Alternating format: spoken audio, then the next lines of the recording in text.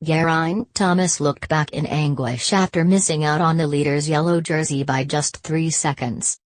Team Sky repaired much of the damage from defending champion Chris Froome's crash into a field on the Tour de France's opening stage as they finished second in the team time trial here. And if Thomas had any pangs of regret about his near miss with the fabled maillot jaune, which he wore for 4 days in last year's race, at least a new 3-year contract with Sky, which is close to agreement, will soften the blow. The double Olympic champion admitted, "It's always disappointing not to win when it's so close. You probably won't believe me, but I wasn't thinking about yellow. It would have been a nice bonus on top, but it was all about trying to win the stage. And I was a little bit disappointed by my own effort. I didn't get it all out, but we rode well technically and we communicated well. It's a strong discipline for us, and it was nice to gain a bit of time on most of the main contenders. But we're back to another sprint day tomorrow, fighting for every inch of road, a different kind of stress."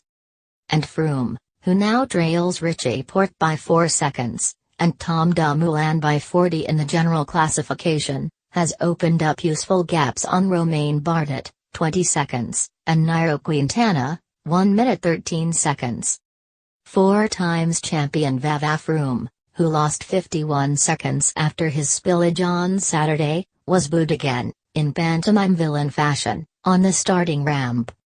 But he said, "I think we can be pretty happy. It's reassuring to take back some time, although it would have been nice not to have lost it in the first place. There will be a lot more time lost among the GC group before we hit the mountains." Belgium's Olympic road race gold medalist 2 years ago, Greg Van Avermaet, moved into the overall lead as BMC trimmed Team Sky's impressive 38 minutes 50 seconds on the 22-mile course by just 4 seconds.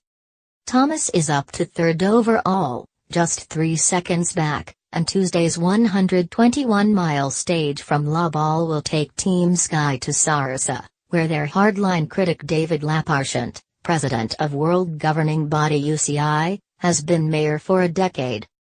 Sky principal Sir Dave Brailsford aimed a swipe at Lapparchant for running cycling with the mentality of a French mayor over his comments relating to Froome's close encounter with a raised level of asthma medication salbutamol last September.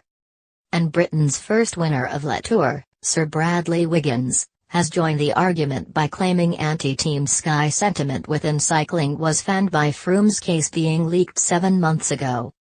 Froome was only cleared of wrongdoing last week, and the case should have remained confidential as he was never charged with an anti-doping violation.